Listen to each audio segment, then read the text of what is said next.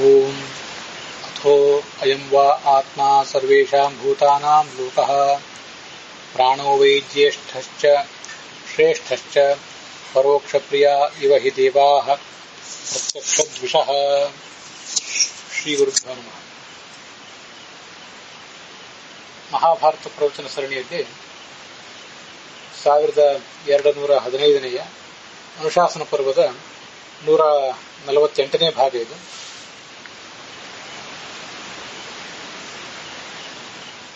ವಾವಿಳ್ಯ ರಾಮಸ್ವಾಮಿ ಶಾಸ್ತ್ರಿಗಳ ಪಾಠದಲ್ಲಿ ಇವತ್ತು ನಾವು ನೋಡ್ತಾ ಇರುವಂತಹ ಈ ಅಧ್ಯಾಯ, ಈ ಮೊದಲ ಅಧ್ಯಾಯ ಕಾಣಿಸೋದಿಲ್ಲ. ಮುಂದೆ ಟಿ.ಆರ್. ಕೃಷ್ಣಾಚಾರ್ಯರ ಪಾಠದಲ್ಲಿ ಇದು 172ನೇ ಅಧ್ಯಾಯ.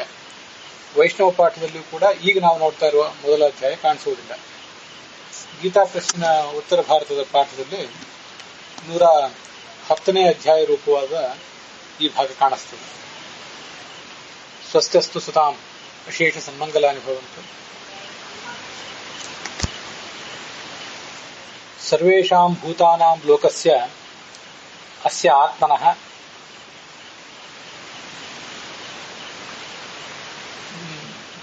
ಪ್ರೀತ್ಯರ್ಥಂ ಅರ್ಚನಾರ್ಥಂ ಚ. ಮಹಾಭಾರತಸ್ಯ ಅನುಶಾಸನ ಪರ್ವಣಃ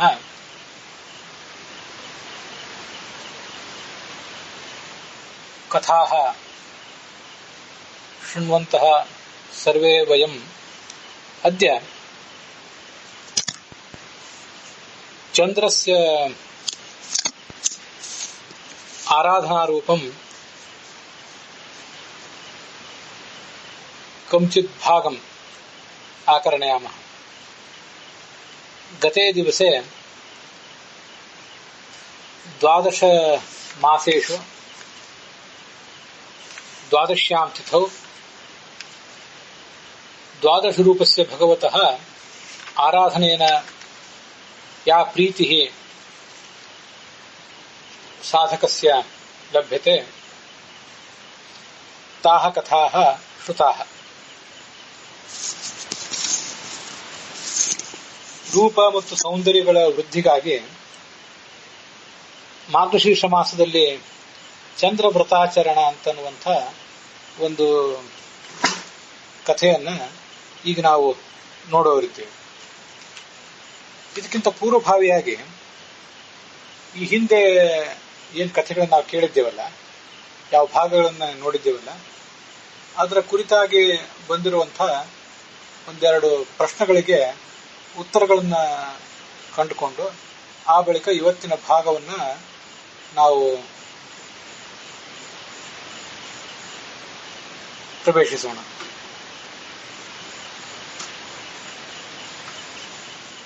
ಉಪವಾಸ ವ್ರತ, ಅನಶನ ವ್ರತದ ಬಗ್ಗೆ ವರ್ಣನೆ ಮಾಡುವಂತಹ ಪ್ರಸಂಗದಲ್ಲಿ ದಿನ ಬಿಟ್ಟು ದಿನ ಉಪವಾಸ, 3 ದಿನಗಳಿಗೊಮ್ಮೆ ಆಹಾರ, ಹೀಗೆ ಅನೇಕ ರೀತಿಯಾದಂತಹ ಉಪವಾಸಗಳ ಒಂದು ವರ್ಣನೆ ಮತ್ತು ಆ ಉಪವಾಸಗಳನ್ನು ಮಾಡಿದ್ದರಿಂದ ಸಾಧಕನಾದವನಿಗೆ ಏನೇನು ಫಲ ಸಿಗ್ತದೆ ಅಂತನ್ನೋದನ್ನೆಲ್ಲ ನಾವು ಕಳೆದ ದಿವಸ ನೋಡಿದ್ದೇವೆ.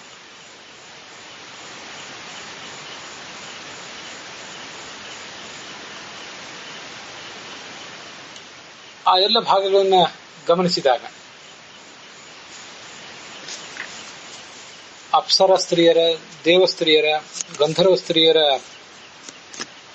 ಸಹವಾಸದ ಸುಖ ಸಾಧಕನಿಗೆ ದೊರೆಯುತ್ತದೆ. ಅದೆಷ್ಟೋ ಪದ್ಮ ವರ್ಷಗಳ ಕಾಲ ಅಲ್ಲೆಲ್ಲ ಬದುಕ್ತಾನೆ. ಇದನ್ನೆಲ್ಲ ನಾವು ಕೇಳಿದ್ವಿ. ಅಲ್ಲಿ ಬರುವಂತಹ ಒಂದೆರಡು ಪ್ರಶ್ನೆಗಳು, ಕೇವಲ ಇಂಥ ಒಂದು ಸುಖದ ಪ್ರಾಪ್ತಿಗಾಗಿ ಸಾಧಕನಾದವನು ಈ ಎಲ್ಲ ವ್ರತಗಳನ್ನು ಮಾಡಬೇಕಾ?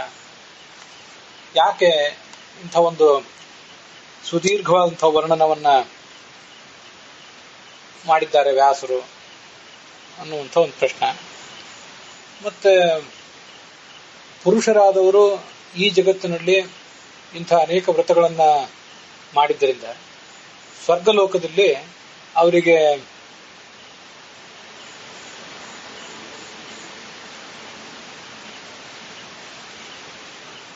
ಸುಖ ಸಿಗ್ತದೆ ಪುರುಷರಿಗೆ ಅಂತೆಲ್ಲ ನೋಡಿದ್ವಿ. ಸ್ತ್ರೀಯರು ಈ ಜಗತ್ತಿನಲ್ಲಿ ಇಂಥ ಅನೇಕ ವೃತ್ತಾದಿಗಳನ್ನು ಮಾಡಿದರೆ ಅವರಿಗೆ ಸ್ವರ್ಗಲೋಕದಲ್ಲಿ ಸಿಗುವಂತಹ ಸುಖ ಯಾವುದು? ಸ್ತ್ರೀಯರ ಕುರಿತಾಗಿ ಇಲ್ಲೇನು ವರ್ಣನ ಮಾಡಲಿಲ್ವಲ್ಲ ಅನ್ನುವಂಥ ಪ್ರಶ್ನೆಗಳೆಲ್ಲ ನಮಗಿಲ್ಲಿ ಬರ್ತವೆ. ಈ ಎಲ್ಲ ಪ್ರಶ್ನೆಗಳಿಗೆ ಯಥೋಚಿತವಾಗಿ ಉತ್ತರ ಕಂಡುಕೊಳ್ಳುವಂತಹ ಒಂದು ಪ್ರಯತ್ನ ಮಾಡೋಣ. ಶಾಸ್ತ್ರಗಳಲ್ಲಿ ಅರ್ಥವಾದ ಅಂತ ಒಂದು ವಿಧಾನ ಇರ್ತದೆ. ಸಾಧಕನನ್ನ ಈ ಉಪವಾಸ, ಅನಶನ ಇತ್ಯಾದಿಗಳನ್ನ ಮಾಡಲಿಕ್ಕೆ ತೊಡಗಿಸುವ ಮೂಲಕ ಅವನಿಗೆ ಅಂತಃಕರಣದ ಸ್ವಚ್ಛತೆಯನ್ನ ತಂದುಕೊಟ್ಟು ಮನಸ್ಸು ಶುದ್ಧ ಆದಮೇಲೆ ಶುದ್ಧವಾದಂತಹ ಜ್ಞಾನ, ಶುದ್ಧವಾದಂತಹ ಶ್ರವಣ, ಮನನ, ಧ್ಯಾನ, ಮುಂದೆ ಅಪರೋಕ್ಷ ಜ್ಞಾನ ಇತ್ಯಾದಿಗಳು ಅವನಿಗೆ ಬರ್ಲಿಕ್ಕೆ ಸಾಧ್ಯ ಆಗ್ತದೆ. ಹೀಗೆ ಇದೆಲ್ಲವೂ ಕೂಡ ಜ್ಞಾನಕ್ಕೆ ಪೂರಕವಾದದ್ದು. ಜ್ಞಾನ ಅವನಿಗೆ ಬರಬೇಕಾದ್ರೆ ಅನೇಕ ಕರ್ಮಾಚರಣೆಗಳನ್ನು ಮಾಡಬೇಕಾಗ್ತದೆ. ಯಥಾವತ್ ಕರ್ಮಕರ್ತುಸ್ತು ಜ್ಞಾನ ಸಹಾಯಕಾರಕಂ. ಯಾರು ಯಥಾವತ್ತಾಗಿ ಕರ್ಮ ಮಾಡ್ತಾನೆ, ಶಾಸ್ತ್ರೋಕ್ತವಾದ ಕರ್ಮಗಳನ್ನು ಮಾಡ್ತಾನೆ, ಅವನಿಗದು ಜ್ಞಾನಕ್ಕೆ ಸಹಾಯಕ ಆಗ್ತದೆ ಅಂತ ಅನ್ನೋದನ್ನ ವರ್ಣನೆ ಮಾಡ್ತಾರೆ. ಅನ್ಯಥಾ ಕುರುವತ್ತ ಕರ್ಮ ನಿರಯಾಯ ಭವಿಷ್ಯತೆ. ಯಾರು ಶಾಸ್ತ್ರೋಕ್ತ ಮಾರ್ಗವನ್ನ ಪರಿತ್ಯಜಿಸಿ ಕರ್ಮಗಳನ್ನು ಮಾಡ್ತಾನೆ ಅವನಿಗದು ನರಕಕ್ಕೆ ಮಾರ್ಗ ಆಗ್ತದೆ ಅಂತ ಅನ್ನೋದನ್ನು ಕೂಡ ಭಾಗವತ ತಾತ್ಪರ್ಯಾದಿಗಳಲ್ಲಿ ಹೇಳ್ತಾರೆ. ಹಾಗಾಗಿ ಮುಖ್ಯ ಇವುಗಳ ಉದ್ದೇಶ ಜ್ಞಾನಕ್ಕೆ ಸಾಧನವಾದಂತಹ ಅಂತಃಕರಣ ಶುದ್ಧಿಯನ್ನ, ಮಾನಸಿಕ ಶುದ್ಧಿಯನ್ನ ಪಡ್ಕೊಳ್ಳಿಕ್ಕೆ ಬೇಕಾದ ಮಾರ್ಗವನ್ನು ಅವನಿಗೆ ತೋರಿಸೋದು. ಕರ್ಮವನ್ನು ಮಾಡುವುದರ ಉದ್ದೇಶ ಇದು. ಅನಶನ ಇತ್ಯಾದಿಗಳನ್ನು ಮಾಡುವ ಉದ್ದೇಶ ಎಲ್ಲವೂ ಕೂಡ ಇದೆ. ಈ ಯಾವುದೋ 2 ದಿವಸಗಳಿಗೊಮ್ಮೆ ಉಪವಾಸ, 10 ದಿವಸಗಳಿಗೊಮ್ಮೆ ಉಪವಾಸ, ಅದು ಆ ಕಡೆ ಇರಲಿ. ಏಕಾದಶಿ ಉಪವಾಸದಂತಹ ಆಚರಣೆಗಳನ್ನು ಮಾಡುವುದು ಕೂಡ ಇದೇ ಉದ್ದೇಶದಿಂದಲೇ, ಬೇರೆ ಯಾವ ಉದ್ದೇಶವೂ ಕೂಡ ಇಲ್ಲ ಅದಕ್ಕೆ. ಆದರೆ ಅನೇಕ ಕಡೆ ಅಂತಃಕರಣ ಶುದ್ಧಿ ದ್ವಾರ ನಿಮಗಿದು ಜ್ಞಾನಕ್ಕೆ ಸಹಾಯಕ, ಆದ್ರಿಂದ ಕರ್ಮಗಳನ್ನು ಮಾಡಿ ಅಂತ ಹೇಳ್ಬಿಟ್ರೆ ಮನುಷ್ಯನಾದವನು ಕರ್ಮವನ್ನು ಮಾಡದೇ ಇರಬಹುದು, ಕರ್ಮವನ್ನು ಮಾಡ್ಲಿಕ್ಕೆ ಉತ್ಸಾಹ ತೋರದೇ ಇರಬಹುದು. ಅದಕ್ಕಾಗಿ ಇಂಥ ಅನೇಕ ಸ್ವರ್ಗೀಯ ಸುಖಗಳು ನಿಮಗೆ ದೊರೆತವೆ, ಅದಕ್ಕಾಗಿ ಕರ್ಮಗಳನ್ನು ಮಾಡಿ ಅಂತ ಅವನನ್ನ ಪ್ರೋತ್ಸಾಹಿಸುವುದು ಇದರ ಉದ್ದೇಶ ಆಗಿರ್ತದೆ. ಹಾಗಾಗಿ ಕರ್ಮದ ಮುಖ್ಯ ಫಲ ಅಂದ್ರೆ ಜ್ಞಾನವನ್ನು ಪಡೆಯುವುದೇ. ಸ್ವರ್ಗದಲ್ಲಿ ಪಡ್ಕೊಳ್ಳುವಂಥ ಸುಖ ಜ್ಞಾನದ ಫಲ ಏನಲ್ಲ. ಹಾಗಾದರೆ ಇಷ್ಟು ಪದ್ಮ ವರ್ಷಗಳ ಕಾಲ ಹೀಗೆ ಸ್ವರ್ಗಲೋಕದಲ್ಲಿ ಇಂಥ ಅಪ್ಸರ ಸ್ತ್ರೀಯರ ಜೊತೆಗೆ ಸುಖ ಅನುಭವಿಸ್ತಾನೆ ಅಂತೆಲ್ಲ ವರ್ಣನೆ ಮಾಡಿದ್ದಿದೆಯಲ್ಲ, ಅದೆಲ್ಲ ಸುಳ್ಳು ಅಂತಂದ್ರೆ ವಾಸ್ತವಿಕವಾಗಿ ಅದು ಸುಳ್ಳೇನಲ್ಲ, ಸತ್ಯವೇ. ಯಾರು ಅಂತ ಕಾಮನೆಗಳನ್ನು ಮನಸ್ಸಿನಲ್ಲಿ ಇಟ್ಕೊಂಡಿರ್ತಾನೆ ಅವನಿಗೆ ಆ ಕಾಮನೆಗಳ ಸಾಫಲ್ಯ ಸಿಗೋದು ಆ ಸ್ವರ್ಗದಲ್ಲಿ ಇದ್ದೇ ಇದೆ. ಅದು ಸುಳ್ಳೇನಲ್ಲ. ಈ ಜಗತ್ತಿನಲ್ಲಿ ಅನೇಕ ಥರದ ಸುಖ, ದುಃಖ ಇತ್ಯಾದಿಗಳನ್ನು ಮನುಷ್ಯ ಅನುಭವಿಸಿರ್ತಾನೆ. ಅಷ್ಟಾದರೂ ಕೂಡ ಈ ಜಗತ್ತೇನಿದೆ, ಭೌತಿಕವಾದಂತಹ ಜಗತ್ತು, ಇಲ್ಲಿ ಪೂರ್ಣವಾದಂತಹ ಸುಖ ಅವನಿಗೆ ಸಿಗೋದು, ಆತ ಬಯಸಿದ ಸುಖ ಇಲ್ಲಿ ಸಿಗೋದು ಅವನಿಗೆ ಸ್ವಲ್ಪ ಕಷ್ಟವೇ. ಅತೃಪ್ತನಾದಂತಹ ಮನುಷ್ಯ ಆ ಕಾಮನೆಗಳನ್ನ ಇನ್ನೂ ಮನಸ್ಸಿನಲ್ಲಿ ಹುದುಗಿಟ್ಕೊಂಡೇ, ಅದುಮಿಟ್ಟುಕೊಂಡೇ ಮರಣಿಸಿರುವಂತಹ ಮನುಷ್ಯ ಏನಿರ್ತಾನೆ ಅವನಿಗೆ ಅಂತ ಸುಖಗಳನ್ನು ಅನುಭವಿಸಬೇಕು ಅನ್ನುವಂತಹ ಒಂದು ಹಂಬಲ ಇನ್ನೂ ಮನಸ್ಸಿನಲ್ಲಿ ಏನಿರ್ತದಲ್ಲ, ಅದಕ್ಕೆ ಆ ಸ್ವರ್ಗ ಮೊದಲಾದ ಲೋಕಗಳಲ್ಲಿ ಅವಕಾಶ ಮಾಡಿಕೊಡ್ತಾರಷ್ಟೆ. ಆದ್ರಿಂದ ಆ ಫಲಶ್ರುತಿ ಅಸತ್ಯ ಏನಲ್ಲ. ಆದ್ರೆ ಯಾರಿಗೆ ಅಂಥದ್ದೊಂದು ಅದಮ್ಯವಾದಂತಹ ಆಸೆ ಇರ್ತದೋ, ಈ ಲೋಕದಲ್ಲಿ ಈಡೇರಿಸಿಕೊಳ್ಳಿಕ್ಕಾಗದೇ ಇರೋ ಆಸೆ ಇರ್ತದೋ ಅವನಿಗೆ ಮಾತ್ರ ಅದು. ಇಲ್ಲಿ ಈ ಎಲ್ಲ ವಿಷಯಗಳ ಕುರಿತಾಗಿ ಅನೇಕ ಜನ ವಿದ್ವಾಂಸರ ಜೊತೆ ಈ ಹಿಂದೆ ಕೂಡ ಚರ್ಚೆ ಮಾಡಿದ್ದೆ. ಇತ್ತೀಚೆಗೂ ಕೂಡ ಮತ್ತೆ ಚರ್ಚೆ ಮಾಡುವಂತಹ ಒಂದು ಪ್ರಸಂಗ ಬಂತು.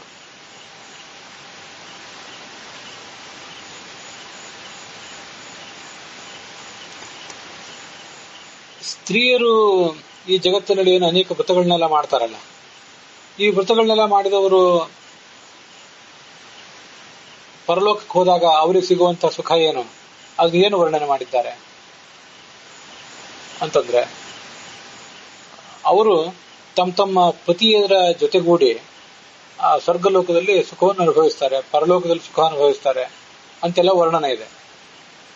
ಆದರೆ ಪುರುಷರಿಗೆ ಸಂಬಂಧಪಟ್ಟಂತೆ ಮಾತ್ರ ಅವರು ಸ್ವರ್ಗಲೋಕದ ಅಪ್ಸರ ಸ್ತ್ರೀಯರ ಜೊತೆಗೆ ವಿಹಾರವನ್ನ ಮಾಡ್ತಾರೆ ಅಂತ ಹೀಗೆಲ್ಲ ಇದೆ. ಇಲ್ಲಿ ಮನುಷ್ಯನ ಉದ್ದೇಶ ಏನೇ ಇರಲಿ, ನಮಗೆ ಕರ್ಮದಿಂದ ಆಗಬೇಕಾದ ಜ್ಞಾನದ ಪ್ರಾಪ್ತಿ ಮಾತ್ರ, ಸ್ವರ್ಗದ ಸುಖ ನಮಗೆ ಬೇಕಾಗಿಲ್ಲ ಅಂತ ಒಬ್ಬ ವ್ಯಕ್ತಿ ಬಯಸಿದ್ರು ಕೂಡ ವಾಸ್ತವಿಕ ಸಂಗತಿ ಏನು ಅಂತ ತಿಳ್ಕೋಬೇಕಲ್ಲ, ತತ್ವ ಏನು, ಶಾಸ್ತ್ರಗಳು ಹೇಳಿದಂಥ ವಿಷಯ ಏನು ಅಂತ ತಿಳ್ಕೋಬೇಕು. ಅದು ನಮಗೆ ಬೇಕಾಗಲೇ ಬೇಡ ಆಗಲಿ, ಅದು ವಿಷಯ ಬೇರೆ. ವಿಷಯ ಏನು ಅಂತ ತಿಳ್ಕೊಳ್ಬೇಕಾದ್ದು ನಮ್ಮ ಕರ್ತವ್ಯ. ಇದನ್ನ ಯಾಕೆ ಹೇಳಿದೆ ಅಂದ್ರೆ, ಅನೇಕ ಬಾರಿ ನನಗೆ ಹೀಗೆ ಅನಿಸಿದ್ದಿದೆ. ಮನುಷ್ಯನಿಗೆ ಸ್ವರ್ಗಲೋಕದಲ್ಲಿ ಅನುಭವಿಸಬೇಕಾದಂತಹ ಸುಖ ಏನಿದೆಯಲ್ಲ, ಆ ಸುಖ ಅನ್ನೋದು ವೈಕಲ್ಪಿಕ. ನಾವು ಆ ಸುಖವನ್ನು ಅನುಭವಿಸಲೇಬೇಕು ಅಂತ ಏನಿಲ್ಲ. ಆದ್ರೆ ದುಃಖವನ್ನು ಮಾತ್ರ ನಾವು ಅನುಭವಿಸಲೇಬೇಕಾಗ್ತದೆ. ದುಃಖವನ್ನು ಅನುಭವಿಸದೆ ಬೇರೆ ಮಾರ್ಗ ಇಲ್ಲ. ಯಮಲೋಕದಲ್ಲಿ ಆ ಶಿಕ್ಷೆಯನ್ನು ನಮಗೇನು ಕೊಡ್ತಾರಲ್ಲ, ಆ ಶಿಕ್ಷೆಯನ್ನು ಅನುಭವಿಸದೆ ಬೇರೆ ಮಾರ್ಗ ಇಲ್ಲ. ನಮಗೀಗ ಶಿಕ್ಷೆ ಬೇಡ ಅಂತ ನಾವು ಅದರಿಂದ ತಪ್ಪಿಸ್ಕೊಳ್ಳುವಂತಿಲ್ಲ. ಆ ಎಲ್ಲ ತರದ ಶಿಕ್ಷೆಗಳನ್ನ, ಕೆಲವು ಶಿಕ್ಷೆಗಳನ್ನ ಆ ಪರಲೋಕದಲ್ಲಿ, ಇನ್ ಕೆಲವು ಅದರ ದುಷ್ಫಲಗಳನ್ನ ಮುಂದಿನ ಜನ್ಮಗಳಲ್ಲಿ ಆ ಸಾಧಕನಾದವನು, ಆ ಜೀವಿಯಾದವನು ಅನುಭವಿಸಲೇಬೇಕಾಗ್ತದೆ. ಆದರೆ ಈ ಸತ್ಕರ್ಮಗಳೇನಿವೆ, ಸತ್ಕರ್ಮಗಳು ನಮಗೆ ಕೊಡುವಂತಹ ಫಲ ನಮಗೆ ವೈಕಲ್ಪಿಕ ಅಂತ ನನಗೆ ಕಾಣಿಸ್ತದೆ. ಅದರಲ್ಲಿ ಸ್ವಲ್ಪ ವ್ಯತ್ಯಾಸ ಹೀಗಿದೆ. ನಾವು ಈ ಜನ್ಮದಲ್ಲಿ ಸುಖ ಬೇಕು ಅನ್ನುವ ಉದ್ದೇಶ ಇಟ್ಕೊಂಡೇ ಏನಾದರೂ ಕರ್ಮವನ್ನು ಮಾಡಿದ್ರೆ, ಆವಾಗ ಪರಲೋಕದಲ್ಲಿ ಹೋದ ಮೇಲೆ ಆ ಸುಖ ಬೇಡ ಅಂತ ಹೇಳಿಕ್ ಬರೋದಿಲ್ಲ. ಯಾಕಂದ್ರೆ ಯಾವ ಉದ್ದೇಶದಿಂದ ಆ ಕರ್ಮವನ್ನು ಮಾಡಿದ್ವೋ ಅದು ತನ್ನ ಫಲವನ್ನು ಕೊಟ್ಟೇ ತೀರಬೇಕು. ಇದು ಸಾಮಾನ್ಯವಾಗಿ ನಡೆಯುವಂತಹ ವಿಷಯ. ಎಷ್ಟಾದ್ರೂ ಕೂಡ ಇಲ್ಲಿ ಕರ್ಮವನ್ನು ಇಲ್ಲಿ ಕರ್ಮವನ್ನು ಮಾಡುವಾಗ ನನಗೆ ಸ್ವರ್ಗಲೋಕದಲ್ಲಿ ಇಂಥ ಒಂದು ಮಹಾ ಸುಖ ಸಿಗಲಿ ಅಂತ ಹಂಬಲ ಇಟ್ಕೊಂಡು ಕರ್ಮ ಮಾಡಿದ, ಸತ್ತ. ಮುಂದೆ ಆ ಸ್ವರ್ಗಲೋಕದಲ್ಲಿ ಅವನಿಗೆ ಜ್ಞಾನೋದಯ ಆಗಬಾರ್ದು ಅಂತ ಏನಿಲ್ಲ. ಅಥವಾ ಸ್ವರ್ಗಲೋಕಕ್ಕೆ ಹೋಗೋಕ್ಕಿಂತ ಮುಂಚೆ ಇಹಲೋಕದಲ್ಲೇ ಕರ್ಮ ಮಾಡುವಾಗ ಒಂದೇನೋ ಹಂಬಲವಿತ್ತು, ಇಂಥ ಸುಖ ಸಿಗಬೇಕು ಅಂತ. ಕರ್ಮ ಮಾಡಿ ಆದ್ಮೇಲೆ ಕೆಲವು ಕಾಲ ಕಳೆದ ಬಳಿಕ ಯಾವುದೋ ಇಂಥ ಕರ್ಮ ಮಾಡಿದ್ದೆ, ಸುಖ ಸಿಗಲಿ ಅಂತ ಹೇಳಿ, ಅದು ನನಗೆ ಬೇಕಾಗಿಲ್ಲ ಅಂತ ಅವನಿಗೆ ಅನಿಸಿ ಆತ ಮರಣಿಸಬಾರದು ಅಂತಿಲ್ಲ. ನಮ್ಮ ಸ್ಥಿತಿಗಳು ಹೇಗಿರ್ತವೆ ಅಂತಂದ್ರೆ, ಇದ್ರ ಬಗ್ಗೆ ಒಂದು ನಂದು ಆಲೋಚನೆ ಹೇಗಿದೆ. ಈ ಆಸೆಗಳು ನಮ್ಮ ಮನಸ್ಸಿನಲ್ಲಿ ಏನು ಮೂಡ್ತಾವಲ್ಲ, ಒಂದು ಬಾರಿ ಸ್ವರ್ಗದಲ್ಲಿ ಒಂದು ಸುಖ ಅನುಭವಿಸಬೇಕು ಅಂತ ಹಂಬಲ ಮೂಡಿತ್ತು. ಮುಂದೆ ಒಂದು ಕಾಲದಲ್ಲಿ ಇಂಥ ವ್ಯರ್ಥವಾದ ಹಂಬಲ ನನಗೆ ಯಾಕೆ ಅಂತ ಅವನಿಗೆ ಅನಿಸಿದರೆ, ಇವೆರಡು ಹಂಬಲಗಳಲ್ಲಿ ಯಾವ ಹಂಬಲ ಬಹಳ ತೀವ್ರವಾಗಿದೆ ಅಂತ ಅನ್ನೋದನ್ನ ಮನುಷ್ಯನ ಆ ಕರ್ಮಗಳನ್ನು ಪರಿಶೀಲಿಸುವವರು ಲೆಕ್ಕಾಚಾರ ಮಾಡ್ತಾರೆ. ಯಾವ ಹಂಬಲ ತೀವ್ರವಾಗಿದೆ ಅಂತ ಅನ್ನೋದನ್ನು ನೋಡಿ ಅವನಿಗೆ ಅಂಥ ಒಂದು ಫಲವನ್ನು ಕೂಡ ಕೊಡ್ತಾರೆ. ಇಂಥವೆಲ್ಲ ವ್ಯರ್ಥವಾದ ಸುಖ ಯಾಕೆ, ಕೇವಲ ಜ್ಞಾನ ಸಾಧನೆ ಮಾಡೋಣ ಅನ್ನುವ ಹಂಬಲವೇ ಬಹಳ ತೀವ್ರವಾಗಿದ್ರೆ, ಹಿಂದೆ ಆ ಸುಖಕ್ಕಾಗಿ ಆತ ಹಂಬಲಿಸಿದ್ದು ಖುಷಿಯಾಗಿ ಹೋಗಿಬಿಡ್ತದೆ. ಅದಕ್ಕೊಂದು ಮನ್ನಾ ಇದೆ. ಆದರೆ ಆ ಸುಖದ ಹಂಬಲವೇ ಇನ್ನೂ ಆಳವಾಗಿ ಮನಸ್ಸಿನಲ್ಲಿ ಬೇರೂರಿದ್ರೆ, ಸುಖ ಬೇಡ ನನಗೆ, ಜ್ಞಾನಭಕ್ತ ವೈರಾಗ್ಯಾದಿಗಳೇ ಸಾಕು ಅಂತ ಒಂದು ಬಾರಿ ಅನಿಸಿತು. ಮನುಷ್ಯನಿಗೆ ಕೆಲವು ಬಾರಿ ಹೀಗೂ ಅನಿಸ್ತದೆ, ಹಾಗೂ ಅನಿಸ್ತದೆ, ಅನ್ಸೋದಿಲ್ಲ ಅಂತಲ್ಲ. ಆದರೆ ಆ ಹಂಬಲಗಳಲ್ಲಿ ಯಾವುದು ತೀವ್ರವಾಗಿದೆ ಮತ್ತು ಯಾವುದು ಸ್ಥಾಯಿಯಾಗಿದೆ, ಎಷ್ಟು ರೀತಿಯಾಗಿ ಅದು ಎಷ್ಟು ಆಳವಾಗಿ ಆತನ ಮನಸ್ಸಿನಲ್ಲಿ ಬೇರೂರಿದೆ. ಸುಖ ಬೇಕು ಅನ್ನೋ ಹಂಬಲವೇ ಮನಸ್ಸಿನ ಆಳದಲ್ಲಿ ಬೇರೂರಿ ದೀರ್ಘಕಾಲ ಆತನ ಮನಸ್ಸಿನಲ್ಲಿರ್ತದ, ಅಥವಾ ಜ್ಞಾನಭಕ್ತ ವೈರಾಗ್ಯಾದಿಗಳು ಸಾಕು ಅಂತ ಆತನಿಗೊಂದೇನು ಆಲೋಚನೆ ಬಂದಿರ್ತದೆ, ಅದು ಆತನ ಮನಸ್ಸಿನಲ್ಲಿ ತಾತ್ಕಾಲಿಕವಾಗಿ ಬಂದದ್ದು, ಅದೇ ದೀರ್ಘಕಾಲ ಇರುವಂಥದ್ದು. ಇದು ಯಾವುದು ನಮಗೆ ಗೊತ್ತಾಗದೇ ಇರಬಹುದು. ವಾಸ್ತವಿಕವಾಗಿ ನಮ್ಮ ಹಂಬಲ ಏನು, ಯಾವ ಹಂಬಲ ಬಹಳ ತೀವ್ರವಾದ್ದು, ಯಾವ ಹಂಬಲ ಬಹಳ ಸ್ಥಾಯಿಯಾದದ್ದು ಅನ್ನೋದು ನಮಗೆ ಗೊತ್ತಾಗದೇ ಇರಬಹುದು. ಆದರೆ ನಮ್ಮ ಕರ್ಮಗಳನ್ನು ಪರಿಶೀಲನೆ ಮಾಡುವವರಿಗೆ ಅದೆಲ್ಲ ಗೊತ್ತಾಗೇ ಆಗ್ತದೆ. ಹಾಗಾಗಿ ನಮಗೆ ಈ ಸುಖಭೋಗ ಬೇಡ, ಜ್ಞಾನಭಕ್ತಿ ವೈರಾಗ್ಯಾದಿಗಳೇ ಸಾಕು ಅಂತ ಆತ ಹಂಬಲಿಸಿದ್ರೆ, ಆ ಎರಡನೇ ಹಂಬಲವೇ ಮೇಲ್ಗೈ ಪಡೆದು ಸ್ವರ್ಗಲೋಕದಲ್ಲಿ ಇಂಥ ಸುಖಗಳನ್ನೆಲ್ಲ ಅನುಭವಿಸುವುದು ಆತನಿಗೆ ಬೇಡ ಅಂತ ಅನಿಸಿಬಿಟ್ರೆ, ಅದನ್ನ ನೀನು ಅನುಭವಿಸಲೇಬೇಕು ಅಂತ ಯಾರು ಹೇಳಲಿಕ್ಕಿಲ್ಲ. ನನ್ನ ಆಲೋಚನೆ ಇದು. ಆದ್ರೆ ದುಃಖಗಳದ್ದು ಮಾತ್ರ ಹಾಗಲ್ಲ, ಶಿಕ್ಷೆಗಳು, ಪಾಪಗಳಿಗೆ ಶಿಕ್ಷೆಗಳು ಮಾತ್ರ ಆಗಲ್ಲ, ಅದನ್ನು ಅವನು ಅನುಭವಿಸಲೇಬೇಕಾಗ್ತದೆ. ಅದಕ್ಕೆ ನಾನು ಎಷ್ಟೋ ಬಾರಿ ಅನ್ಕೊಂಡದ್ದಿದೆ, ಅದು ಈ ಕೇಳಿದವರಿಗೆ ನಿಮಗೊಂದು ಹಾಸ್ಯವಾಗಿ ಕಾಣಬಹುದು. ಅದನ್ನ ಹಾಸ್ಯ ಅಂತ ಏನು ಅನ್ಕೋಬೇಕಾಗಿಲ್ಲ. ವಾಸ್ತವಿಕವಾಗಿ ನನ್ನ ಮನಸ್ಸಿನ ಆಲೋಚನೆ ಯಾವತ್ತೂ ಯಾರಿಗೂ ಎದುರಿಗೂ ನಾನು ಹೇಳ್ಕೊಂಡಿರ್ಲಿಲ್ಲ. ಸತ್ತ ಕೂಡಲೇ ನಾನು ನನ್ನ ಮರಣ ಆದ ಕೂಡಲೇ ಬೇರೆಯವ್ರ ಬಗ್ಗೆ ಹೇಳ್ತಿಲ್ಲ, ನಾನು ನನ್ನ ವೈಯಕ್ತಿಕ ಮರಣದ ಬಗ್ಗೆ ಮಾತ್ರ ಹೇಳ್ತಿದ್ದೆ. ಮರಣ ಆದ ಕೂಡಲೇ ಹೀಗೆ ಹೇಳಬೇಕು ಅಂತ ಅನ್ಕೊಂಡಿದ್ದೇನೆ. ಆವಾಗ ಪ್ರಜ್ಞೆ ಇದ್ರೆ, ಕರ್ಮಗಳನ್ನು ಪರಿಶೀಲನೆ ಮಾಡುವವರು, ಮುಂದೆ ಅದಕ್ಕೆ ತಕ್ಕಂತೆ ನಮಗೆ ಗತಿಗಳನ್ನು ಕೊಡುವವರು ಇರ್ತಾರಲ್ಲ. ನೋಡಿ ಸ್ವಾಮಿ, ಪಾಪಗಳನ್ನಂತೂ ಬೇಕಾದಷ್ಟು ಮಾಡಿದ್ದೇನೆ. ಆ ಪಾಪಗಳಿಗೆ ಅನುಸಾರವಾಗಿ ಏನೇನು ಶಿಕ್ಷೆ ಕೊಡ್ತಿರೋ ಕೊಟ್ಟು ಮುಗಿಸಿ. ಆದರೆ ಇನ್ನೂ ಕೆಲವು ದುಷ್ಪರಿಣಾಮಗಳನ್ನ ಇದ್ರ ಮುಂದಿನ ಜನ್ಮಗಳಲ್ಲಿ ಅನುಭವಿಸುವುದಂತೂ ಇದ್ದೇ ಇರ್ತದೆ. ಹಾಗೆ ಅನುಭವಿಸ್ಲಿಕ್ಕೆ ಅನುವು ಮಾಡಿಕೊಡಿ, ಅದನ್ನು ಅನುಭವಿಸ್ಲಿಕ್ಕೆ ಸಿದ್ಧ ಇದ್ದೇನೆ. ಆದ್ರೆ ಈ ಸ್ವರ್ಗಲೋಕದಲ್ಲಿ ಓಡಾಡಿ ಅಲ್ಲಿ ಯಾವುದೋ ನಂದನವನ, ಯಾವುದೋ ಅಪ್ಸರೆ, ಇಂಥವ್ರ ಜೊತೆ ಸುಖ ಅನುಭವಿಸುವುದು ಇತ್ಯಾದಿ ಯಾವುದು ಕೂಡ ನನಗೆ ಅಪೇಕ್ಷಿತ ಏನಲ್ಲ. ಆದ್ರಿಂದ ಅದನ್ನೊಂದಿಷ್ಟು ಮನ್ನಾ ಮಾಡಿಬಿಟ್ರೆ ಸಾಕು ಅಂತ ಹೇಳಬೇಕು ಅಂತ ಎಷ್ಟೋ ಬಾರಿ ವೈಯಕ್ತಿಕವಾಗಿ ನಾನು ಆಲೋಚನೆ ಮಾಡಿದ್ದೇನೆ. ಈ ಎಲ್ಲ ಅಧ್ಯಾಯಗಳನ್ನು ಓದಿದಾಗ ಆ ಅನಿಸಿಕೆ ಮತ್ತೆ ಮೇಲ್ಮೈಗೆ ಬಂತು. ಅದಕ್ಕೆ ಅದನ್ನು ತಮ್ಮ ಎದುರಿಗೆ ಹೇಳ್ಕೋತಿದ್ದೇನೆ ಅಷ್ಟೇ. ವಾಸ್ತವಿಕವಾಗಿ ಈ ಎಲ್ಲ ಅಪೇಕ್ಷೆಗಳನ್ನು ಇಟ್ಕೊಂಡು ಮನುಷ್ಯ ಯಾವ ಕರ್ಮವನ್ನು ಮಾಡುವುದಲ್ಲ. ಆತ ಕರ್ಮಗಳನ್ನು ಮಾಡಬೇಕಾದದ್ದು ಜ್ಞಾನಭಕ್ತಿ ವೈರಾಗ್ಯಾದಿಗಳಿಗೆ ಮಾತ್ರ. ಆದ್ರೆ ಅದೇನೇ ಇರಲಿ, ನಿನಗದು ಬೇಕಾಗಲಿ ಬೇಡ ಆಗಲಿ, ವಿಷಯ ಏನು? ಸ್ತ್ರೀಯರು ವೃತ ನಿಯಮಾದಿಗಳನ್ನು ಮಾಡಿದ ಮೇಲೆ ಸ್ವರ್ಗಲೋಕದಲ್ಲಿ ಯಾವ ಸುಖ ಅನುಭವಿಸ್ತಾರೆ, ಪುರುಷರು ಯಾವುದನ್ನು ಅನುಭವಿಸ್ತಾರೆ, ಅದನ್ನು ಹೇಳ್ರಿ ಅಂತ ಒಂದು ಪ್ರಶ್ನೆ ಬರ್ಬೋದಲ್ಲ. ಈ ಎಲ್ಲ ಅಧ್ಯಾಯಗಳನ್ನು ಓದಿದ್ರೆ ಪುರುಷ ಕೇಂದ್ರೀಕೃತವಾಗಿ ಪುರುಷನಿಗೆ ಇಂಥ ಸುಖ ಸಿಗ್ತದೆ ಅಂತ ಹೇಳಿದಂತ ಕಾಣಿಸ್ತದೆ. ಸ್ತ್ರೀಯರಿಗೆ ಏನು ಸುಖಗಳನ್ನು ಹೇಳಿದ್ದಾರೆ ಅಂದ್ರೆ, ತಮ್ಮ ಪತಿಯರ ಜೊತೆಗೆ ಅನೇಕ ಸುಖಗಳನ್ನು ಅವರು ಅನುಭವಿಸ್ತಾರೆ ಈ ಎಲ್ಲ ವ್ರತಗಳನ್ನು ಮಾಡಿದ್ರೆ ಅಂತ ಹರಿವಂಶ ಇತ್ಯಾದಿ ಕಡೆಗಳಲ್ಲಿ ಅನೇಕ ಪುಣ್ಯಕ ವ್ರತ ಮೊದಲಾದ ವ್ರತಗಳನ್ನು ಬಗ್ಗೆ ವರ್ಣನೆ ಮಾಡಿದ್ದಾರೆ. ಬೇರೆ ಬೇರೆ ಪುರಾಣಗಳಲ್ಲೆಲ್ಲ ಈ ಸಂಗತಿ ಕಾಣಿಸ್ತದೆ. ಸ್ತ್ರೀಯರು ಹಾಗಾದ್ರೆ ತಮ್ಮ ಗಂಡಂದ್ರ ಜೊತೆ ಮಾತ್ರ ವಿಹರಿಸ್ತಾರೆ ಸ್ವರ್ಗಲೋಕದಲ್ಲಿ. ಈ ಪುರುಷರು ಮಾತ್ರ ಬೇರೆ ಬೇರೆ ಸ್ತ್ರೀಯರ ಜೊತೆನೂ ವಿಹಾರ ಮಾಡಿಸ್ತಾರೆ ಅಂತ ಈಗೆಲ್ಲ ಕಾಣ್ತದೆ. ಇಲ್ಲಿ ಮತ್ತು ಕೆಲವು ಸಂಗತಿಗಳನ್ನು ನಾವು ವಿಚಾರ ಮಾಡಬೇಕಾಗುತ್ತದೆ. ಅದೇನಂದ್ರೆ,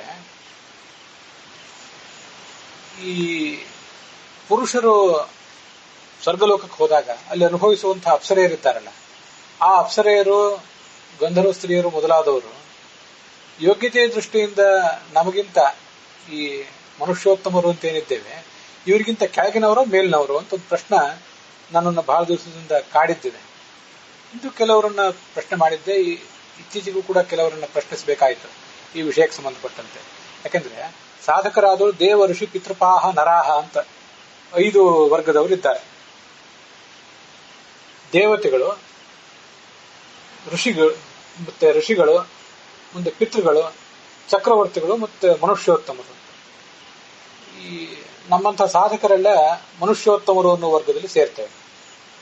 ನಾವು ಸ್ವರ್ಗಲೋಕಕ್ಕೆ ಹೋದಾಗ ನಮಗೆ ಆ ಅಪ್ಸರೆಯರ, ಗಂಧರ್ವ ಸ್ತ್ರೀಯರ ಭೋಗ ಆಗುವುದು ಹೇಗೆ, ಅವ್ರ ಸಹವಾಸ ಸುಖ ಸಿಗುವುದು ಹೇಗೆ? ಯಾಕೆಂದ್ರೆ ದೇವ, ಋಷಿ, ಪಿತೃಪಾಹ ಇತ್ಯಾದಿಗಳೇನಿದ್ದಾರಲ್ಲ, ಆ ಅನೇಕ ಜನ ಅಪ್ಸರ ಸ್ತ್ರೀಯರೆಲ್ಲ ಈ ಮನುಷ್ಯೋತ್ತಮರು ಅನ್ನುವ ವರ್ಗದ ಮೇಲೆ ಇದೆ. ಮನುಷ್ಯೋತ್ತಮರು ಅನ್ನುವರೇ ಕೆಳಗಿನ ವರ್ಗ ಸಾಧಕರಲ್ಲಿ. ಅಪ್ಸರ ಸ್ತ್ರೀಯರು ಗಂಧರ್ವ ಸ್ತ್ರೀಯರು ಎಲ್ಲರೂ ಕೂಡ ಮೇಲಿನ ವರ್ಗದಲ್ಲೇ ಬರ್ತಾರೆ. ಅವರ ಜೊತೆಗೆ ಈತ ಸುಖ ಅನುಭವಿಸೋದು ಹೇಗೆ? ಮಹತಾ ಮುನಿತಾ ಕಾಮಃ ಪತತ್ಯಂಧೇ ತಮಸ್ಯಲಂ ಅಂತ ಭಾಗವತ ತಾತ್ಪರ್ಯ ಹೇಳ್ತದೆ. ಶ್ರೇಷ್ಠ ನಮ್ಗಿಂತ ಯೋಗ್ಯತೆಯಿಂದ ಜ್ಯೇಷ್ಠರಾದ ಸ್ತ್ರೀಯರ ಸಹವಾಸವನ್ನು ಅಪೇಕ್ಷಿಸುವವನು ದುರ್ಗತಿಗೆ ಹೋಗ್ತಾನೆ ಅಂತ. ಆದ್ರಿಂದ ಯಾವ ಸ್ತ್ರೀಯರು, ಇವರಿಗೆ ದೊರೆಯುವ ಸ್ತ್ರೀಯರು ಯಾರು? ಇಲ್ಲಿ ಆ ವ್ರತ ಉಪವಾಸಾದಿಗಳನ್ನು ಮಾಡುವವನು ಒಂದು ವೇಳೆ ದೇವ ಋಷಿ ಪಿತೃಗಳು ಮೊದಲಾದವರು ಅವತಾರ ಮಾಡಿ ಬಂದು ಭೂಲೋಕದಲ್ಲಿದ್ದು ಅವರು ಈ ಕರ್ಮಾದಿಗಳನ್ನೆಲ್ಲ ಮಾಡಿದವರಿದ್ದರೆ, ಯೋಗ್ಯತೆಯ ದೃಷ್ಟಿಯಿಂದ ಅವರು ಕೂಡ ಅಪ್ಸರೆಯರಿಗೆ ಸರಿಸಮಾನರು ಮತ್ತು ಅವ್ರಿಗಿಂತ ಕೆಲವರು ದೊಡ್ಡವರೇ ಆಗಿದ್ದರೆ, ಆ ದೇವ ಋಷಿ ಮೊದಲಾದವರಿಗೆ ಆ ಅಪ್ಸರ ಸ್ತ್ರೀಯರ ಸಹವಾಸ ಸುಖ ಸಿಗೋದನ್ನುವುದು ಒಪ್ಪಬೇಕಾಗುತ್ತೆ. ಈ ಮನುಷ್ಯೋತ್ತಮರು ಅಂತ ಕರೆಸ್ಕೊಂಡಂಥವರು ಮನುಷ್ಯ ವರ್ಗದವರಿಗೆ ಆ ಸುಖ ಸಿಗುವುದು ಹೇಗೆ ಅಂತ ಒಂದು ಪ್ರಶ್ನೆ ಯಾವತ್ತೂ ಉಳಿತದೆ. ಶಾಸ್ತ್ರದಲ್ಲಿ ಅದಕ್ಕೆ ನಿರ್ದಿಷ್ಟವಾಗಿ ಉತ್ತರವನ್ನು ಏನು ಹೇಳಲಿಲ್ಲ ಎಲ್ಲೂ. ಆದರೂ ಕೆಲವು ಜನ ವಿದ್ವಾಂಸರು ನನ್ನ ಅಭಿಪ್ರಾಯವನ್ನು ಕೂಡ ಒಪ್ಪಿದಂತೆ ಕಂಡದ್ದನ್ನ ಈಗ ತಮ್ಮ ಎದುರಿಗೆ ಹೇಳ್ತೇನೆ. ಇಹಲೋಕದಲ್ಲಿ ಗಂಡ ಹೆಂಡಂದ್ರೆ ಅಲ್ಲದೇ ಇದ್ದವರು ಅನೇಕ ಜನ ಸ್ತ್ರೀಯರಿರ್ತಾರೆ, ಪುರುಷರಿರ್ತಾರೆ. ಅವರೆಲ್ಲರೂ ಕೂಡ ಪರಲೋಕಕ್ಕೆ ಹೋದಾಗ ಪುರುಷರು ಪ್ರತ್ಯೇಕವಾಗಿ ಹೋಗಿರ್ತಾರೆ, ಸ್ತ್ರೀಯರು ಪ್ರತ್ಯೇಕವಾಗಿ ಹೋಗಿರ್ತಾರೆ. ಸ್ತ್ರೀಯರು ಪುಣ್ಯ ಕಾರ್ಯಗಳನ್ನು ಮಾಡಿರ್ತಾರೆ, ಪುರುಷರು ಕೂಡ ಪುಣ್ಯ ಕಾರ್ಯಗಳನ್ನು ಮಾಡಿರ್ತಾರೆ. ಈ ಸ್ತ್ರೀಯರು ಪರಸ್ಪರ ಪತಿ ಪತ್ನಿಯರೇನು ಆಗಿರೋದಿಲ್ಲ, ಪ್ರತ್ಯೇಕವಾಗಿ ಸ್ವರ್ಗಕ್ಕೆ ಹೋಗಿರ್ತಾರೆ. ಅಲ್ಲಿ ಅವರು ಈ ಸುಖಾದಿಗಳನ್ನು ಅನುಭವಿಸ್ತಾರೆ ಅಂತ ಅದರ ಅರ್ಥ ಆಗ್ತದೆ. ಆದ್ರಿಂದ ಮನುಷ್ಯೋತ್ತಮ ಅನ್ನೋ ವರ್ಗದವರಿಗೆ ಸ್ವರ್ಗಲೋಕದಲ್ಲಿ ಹೋದಾಗ ಸಿಗುವುದು ತಮಗಿಂತಲೂ ಜ್ಯೇಷ್ಠರಾದಂತಹ ಅಪ್ಸರ ಸ್ತ್ರೀಯರು ಗಂಧರ್ವ ಸ್ತ್ರೀಯರ ಒಂದು ಸುಖ ಅಲ್ಲ. ಯೋಗ್ಯತೆಯಿಂದ ತಮಗೆ ಸಮಾನದೇ ಆದಂತಹ ಮತ್ತು ಅಥವಾ ಕೆಲವು ಬಾರಿ ತಮಗಿಂತ ಕೆಳಗಿನವರಾದಂತಹ ಬೇರೆ ಸ್ತ್ರೀಯರು, ಅವರು ಕೂಡ ನಮ್ಮಂತೆ ಅನೇಕ ಕರ್ಮಾದಿಗಳನ್ನು ಮಾಡಿ ಅಲ್ಲಿ ಬಂದಿರ್ತಾರೆ. ಅವರ ಸುಖ ಅಷ್ಟೇ. ಅದನ್ನ ಅಪ್ಸರ ಸ್ತ್ರೀಯರು ಗಂಧರ್ವ ಸ್ತ್ರೀಯರು ಅಂತ ಅವ್ರನ್ನ ಯಾಕೆ ವರ್ಣನೆ ಮಾಡ್ತಾರೆ? ಹಾಗಾದ್ರೆ ಯೋಗ್ಯತೆ ದೃಷ್ಟಿಯಿಂದ ಅವರು ಈ ಮನುಷ್ಯೋತ್ತಮರಿಗಿಂತ ಮೇಲೆ ಇರುವಂತಹ ಅಪ್ಸರ ಸ್ತ್ರೀಯರು ಗಂಧರ್ವ ಸ್ತ್ರೀಯರು ಅಲ್ಲದೆ ಹೋದರೆ, ಇಲ್ಲಿರುವವರೇ ಕರ್ಮ ಮಾಡಿ ಅಲ್ಲಿಗೆ ಹೋದವರು, ಅಲ್ಲಿಂದ ಮತ್ತೆ ಮರಳಿ ಬರಬೇಕಾದವರು. ಪುರುಷರು ಹೇಗೆ ಮರಳಿ ಬರಬೇಕೋ ಹಾಗೆ ಸ್ತ್ರೀಯರು ಮರಳಿ ಬರಬೇಕಾದವರೇ. ಇಂಥವರನ್ನೇ ಹೇಳುವುದಾದ್ರೆ ಇವರನ್ನು ಅಪ್ಸರ ಸ್ತ್ರೀಯರು ಗಂಧರ್ವ ಸ್ತ್ರೀಯರು ಅಂತ ಅಲ್ಲಿ ಯಾಕೆ ವರ್ಣನೆ ಮಾಡಿದ್ದಾರೆ ಅಂತೆಲ್ಲ ಪ್ರಶ್ನೆಗಳು ಬರಬಹುದು ನಮಗೆ. ಆ ಎಲ್ಲ ಪ್ರಶ್ನೆಗಳಿಗೆ ನಿಖರವಾಗಿ ಹೀಗೆ ಅಂತ ಉತ್ತರ ಕೊಡುವುದು ಕಷ್ಟನೇ. ಆದರೂ ಆ ಲೋಕದಲ್ಲಿ ಹೋಗಿದ್ದಾರಾದ್ರಿಂದ ಅವರನ್ನು ಕೂಡ ಗಂಧರ್ವ ಸ್ತ್ರೀಯರು ಅಪ್ಸರ್ವ ಸ್ತ್ರೀಯರು ಅಂತ ವರ್ಣಿಸ್ತಾರಷ್ಟೇ. ವಾಸ್ತವಿಕವಾಗಿ ಅಲ್ಲಿರುವ ಮೂಲ ಅಪ್ಸರ ಸ್ತ್ರೀಯರೇ ಬೇರೆ. ಇವರು ಇಲ್ಲಿ ಹೋದವರು ಅಲ್ಲಿ ಕೆಲವು ಕಾಲ ಸುಂದರವಾದಂತಹ ದೇಹ ಇತ್ಯಾದಿಗಳನ್ನು ಪಡ್ಕೊಂಡು ಅಪ್ಸರ ಸ್ತ್ರೀಯರಂತೆ ಗಂಧರ್ವ ಸ್ತ್ರೀಯರಂತೆ ಕಂಗೊಳಿಸ್ತಾ ಈ ತಮ್ಮಂತೆನೆ ಕರ್ಮ ಮಾಡಿ ಅಲ್ಲಿ ಬಂದವರು ಯಾರಿರ್ತಾರೆ ಆ ಬಂದವರ ಜೊತೆ ಸುಖ ಅನುಭವಿಸುವುದು ಒಂದು ಸಂಭಾವ್ಯವಾದಂತಹ ವಿಷಯ. ಹೀಗೆ ಅಂತ ನಾನು ಅದನ್ನು ಅರ್ಥ ಮಾಡ್ಕೊಂಡಿದ್ದೇನೆ. ಸಾಧಕರಾದವರು ವಿಶೇಷವಾಗಿ ಮನುಷ್ಯರಲ್ಲಿ ನಿಯತ ಪತ್ನಿಕರು ಕಡಿಮೆ. ದೇವತೆಗಳು ನಿಯತ ಪತ್ನಿಕರಾಗಿರ್ತಾರೆ. ಚತುರ್ಮುಖ ಬ್ರಹ್ಮ ಯಾವತ್ತು ಭಾರತೀಯ ಜೊತೆಗೆ ಸಾಧನೆ ಮಾಡ್ತಾನೆ, ಭಾರತೀಯ ಜೊತೆಗೇನೆ ಮುಕ್ತನಾಗ್ತಾನೆ. ಮುಖ್ಯ ಪ್ರಾಣ ನಾನು ಹೇಳುವಾಗ ಸ್ವಲ್ಪ ವ್ಯತ್ಯಾಸ ಮಾಡಿ ಹೇಳಿರ್ಬೋದು. ಚತುರ್ಮುಖ ಸರಸ್ವತಿ ಜೊತೆಗೆ ಸಾಧನೆ ಮಾಡ್ತಾನೆ, ಸರಸ್ವತಿ ಜೊತೆಗೆ ಮುಕ್ತನಾಗ್ತಾನೆ. ಮುಖ್ಯ ಪ್ರಾಣ ಭಾರತೀಯ ಜೊತೆಗೆ ಸಾಧನೆ ಮಾಡಿ ಭಾರತೀಯ ಜೊತೆಗೇನೆ ಮುಖ್ಯ ಕ್ರಮವಾಗಿ ಬ್ರಹ್ಮ ಮತ್ತು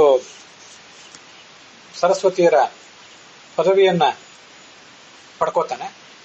ಪಡ್ಕೊಂಡು ಅಲ್ಲಿ ಹೋಗಿ ಮುಂದೆ ಮುಕ್ತನಾಗ್ತಾನೆ. ಈ ದೇವಾ ಸಜಾಯ ಮುಚ್ಚಂತೆ, ದೇವತೆಗಳಿಗೆ ನಿಯತ ಪತ್ನಿ ಭಾವ ಇದೆ.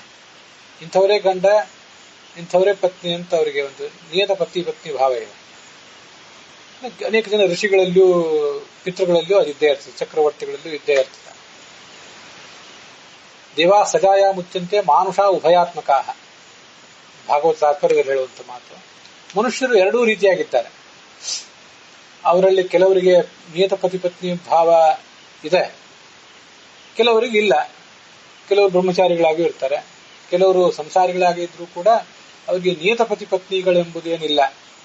ಸ್ವರ್ಗಕ್ಕೆ ಹೋದಾಗಲಿ ನಾಳೆ ಮುಕ್ತಿಗೆ ಹೋದ್ರೂ ಕೂಡ ತನ್ನ ನಿಯತ ಪತ್ನಿಯ ಜೊತೆಗೆ, ತನ್ನ ನಿಯತ ಪತಿಯ ಜೊತೆಗೇನೆ ಆ ಸ್ತ್ರೀ ಆಗಲಿ ಆ ಪುರುಷನಾಗಲಿ ಅಲ್ಲಿ ಇರ್ತಾರೆ ಅಂತ ಏನಿಲ್ಲ.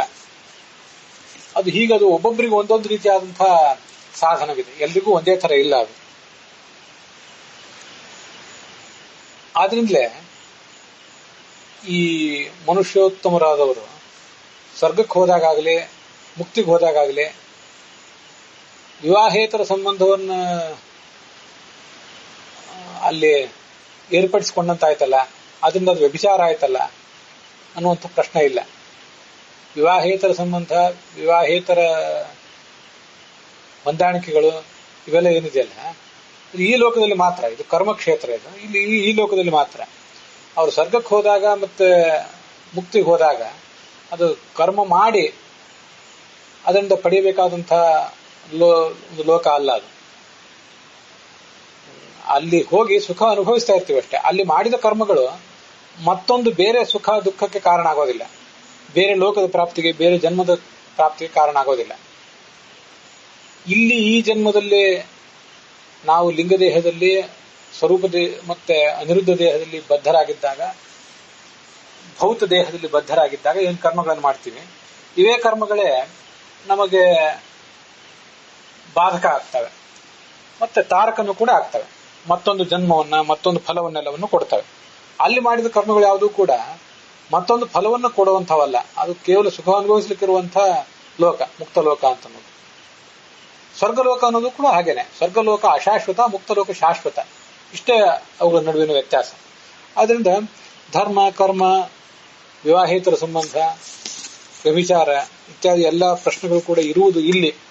ಅಲ್ಲಿ ಈ ಯಾವ ಪ್ರಶ್ನೆಗಳು ಕೂಡ ಇರುವುದಿಲ್ಲ.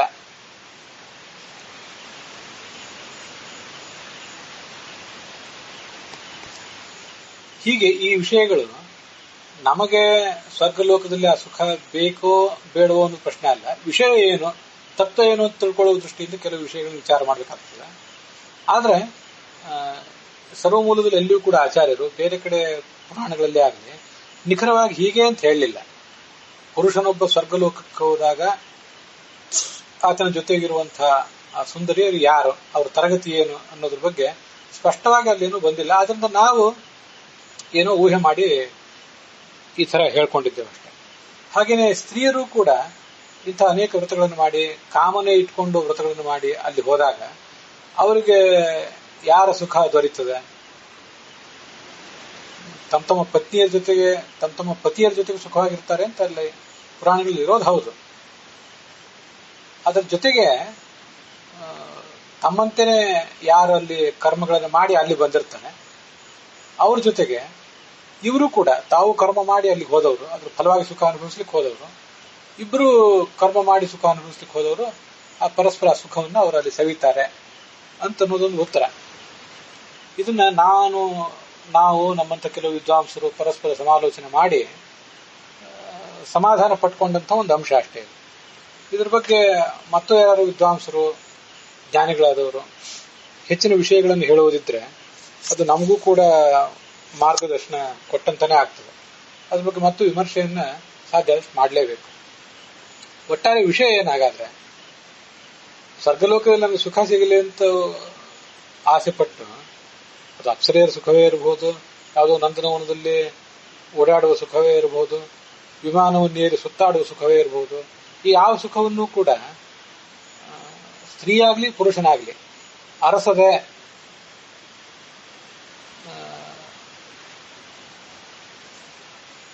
ಕೇವಲ ಜ್ಞಾನಭಕ್ತ ವೈರಾಗ್ಯಾದಿಗಳನ್ನ ನಾನು ಬಯಸಿದ್ದೇನೆ ಅಂತ ಆಲೋಚನೆ ಮಾಡಿ ಆ ಪ್ರಕಾರ ಅವನು ಸಾಧನೆ ಮಾಡುವುದು ಹೆಚ್ಚು ಶ್ರೇಯಸ್ಕರ. ಇಲ್ಲಿ ಬಂದಿರುವಂತಹ ವಿಷಯಗಳನ್ನ ನಾನು ಈಗ ಪ್ರವಚನ ಮಾಡುವಾಗಲೂ ಕೂಡ ಅಲ್ಲಿ ಬಂದಿದೆ ಅಂತ ಹೇಳಿದ್ನೇ ಹೊರತು ಅದ್ರ ಬಗ್ಗೆ ವಿಶೇಷ ಉತ್ಸಾಹವನ್ನೇನು ನಾನು ಅದನ್ನು ಓದುವಾಗಲಿ ಪ್ರವಚನ ಮಾಡುವಾಗಲಿ ತೋರಿಸಲಿಲ್ಲ. ಇಡೀ ಮಹಾಭಾರತವನ್ನ ಪ್ರತಿಯೊಂದು ಶ್ಲೋಕದ ಪ್ರವಚನದ ಮೂಲಕವಾಗಿ ಪ್ರತಿಯೊಂದು ಅಕ್ಷರದ ಅವಲೋಕನದ ಮೂಲಕವಾಗಿ ನೋಡಬೇಕು ಅಂತ ಕೂತ್ಕೊಂಡಿದ್ರಿಂದ ಅದನ್ನೆಲ್ಲ ಹೇಳಿದ್ನೇ ಹೊರತು ವಾಸ್ತವಿಕವಾಗಿ ಅದು ಬಹಳ ಒಂದು ದೊಡ್ಡ ಸಂಗತಿ ಅಂತ ನನಗೇನು ಕಾಣಿಸೋದಿಲ್ಲ. ಮನುಷ್ಯ ಆತ್ಮಾವ ಅರೇ ದೃಷ್ಟವ್ಯ ಶ್ರೋತವ್ಯ ಮಂತವ್ಯ ನಿಧಿಧ್ಯಾಸಿತವ್ಯ. ಪರಮಾತ್ಮನ ಕಾಣಬೇಕು, ಅದಕ್ಕಾಗಿ ಶ್ರವಣ ಮಾಡಬೇಕು, ಮನನ ಮಾಡಬೇಕು, ಧ್ಯಾನ ಮಾಡಬೇಕು, ಮುಂದೆ ಕರ್ಮಾದಿಗಳನ್ನು ಮಾಡಬೇಕು. ಕರ್ಮ ಮಾಡುವುದೇನಿದೆ ಅಂತಃಕರಣ ಶುದ್ಧಿಗಾಗಿ, ಅದೇ ಮುಖ್ಯ. ಈ ಎಲ್ಲ ವರ್ಣನೆಗಳು ಕೇವಲ ಒಂದು ಅರ್ಥವಾದ ಮನುಷ್ಯನನ್ನ ಕರ್ಮದ ಕಡೆಗೆ ತೊಡಗಿಸುವಂತ ಒಂದು ಭಾಗ ಅಷ್ಟೇ ಇದೆ. ಆರಂಭದ ಹಂತದಲ್ಲಿ ಇಂಥ ಒಂದು ಫಲಶ್ರುತಿ ಆತನಿಗೆ ಕಾಣದೆ ಹೋದ್ರೆ ಅವನು ಆ ಕರ್ಮಗಳನ್ನು ಮಾಡಲಿಕ್ಕೆ ಉತ್ಸಾಹ ತೋರಿಸಲಿಕ್ಕಿಲ್ಲ. ಅವನಿಗೆ ಮಾಡಿದಂಥ ಒಂದು ವರ್ಣನ ಅಷ್ಟೇ ಇದು ಅಂತ ನಾವು ಅದನ್ನ ಬಹಳ ಸೀಮಿತ ದೃಷ್ಟಿಯಲ್ಲಿ ನೋಡಬೇಕು ಅಂತ ನನ್ನ ಅಭಿಪ್ರಾಯ. ಅದನ್ನು ಹೇಳಿದ್ದೇನೆ. ಇದರ ಅಭಿಪ್ರಾಯವನ್ನ ಇನ್ನು ಮುಂದೆ ನೀವು ಆಲೋಚನೆ ಮಾಡಿ ತಿಳಿಸಬೇಕು.